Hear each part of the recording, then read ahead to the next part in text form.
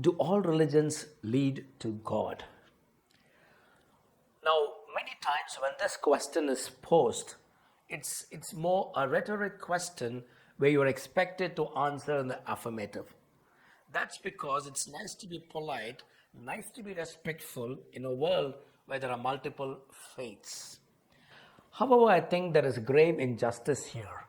Because if you would pick up any of the world's major religion, delve a little deeper, you will find out how each of them are exclusive, how they distinguish one from another. So you pick up the major worldviews and try and understand what do they have to say about the existence of God, about the characteristics of God, what do they have to say about the nature of humanity or the problem with humanity, what about salvation, what about destiny, what happens when we die. Now all of them make very contrary claims. Now, if that be true, you and I should be respectful of different worldviews rather than saying, well, they are all talking about the same thing, well, they all go to the same place, would actually be disrespectful of every one of those views. A few months ago, during a Christmas program, I was once asked this question in a very challenging way. Someone said, how is it you guys could believe that God could actually take you to heaven because you believe in Jesus Christ and the rest go to hell? I was able to unpack this question and explain it this way.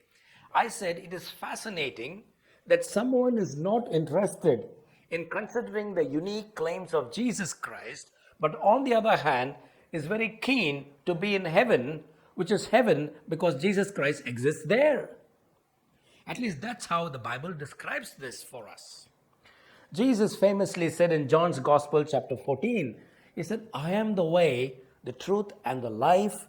No one goes to the Father, the infinite one, except through me. And then he died on a cross. So the only way to the Father's mansion would be through the cross of Jesus Christ. Yes, that's an exclusive claim. But people do not want to accept the unique claim that Jesus has made, but yet contest on what grounds they would not be in a place where Jesus is prepared for all of his followers. Isn't that interesting? Sometimes the question comes in a slightly different way. People say, how could a God of love send someone to hell? Now, I usually like to give the response that C.S. Lewis said once, at the end of time, there are only two kinds of people. One group who say to God, your will be done. And another group to whom God will say, all right, your will be done. You see, that's the difference between heaven and hell in the biblical understanding. God respects our free choice, but we are called to make a responsible choice, and there are consequences that follow.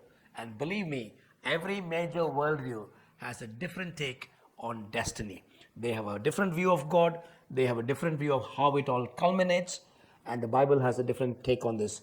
Now, a good student would do well to try and find out what are the offerings that are made by different religions rather than glibly claim all religions are the same and they take one to the same God. I remember a story said many centuries ago in one of those caliphates. A man was preaching Jesus Christ, and there was a growing opposition because in that country he was a minority. So they wanted to corner him in his own words. So they take him before the caliph and then they kind of counter question him. They ask him who he believes in, and he says Jesus Christ. And then they said, well, according to you, where would a ruler go after he dies?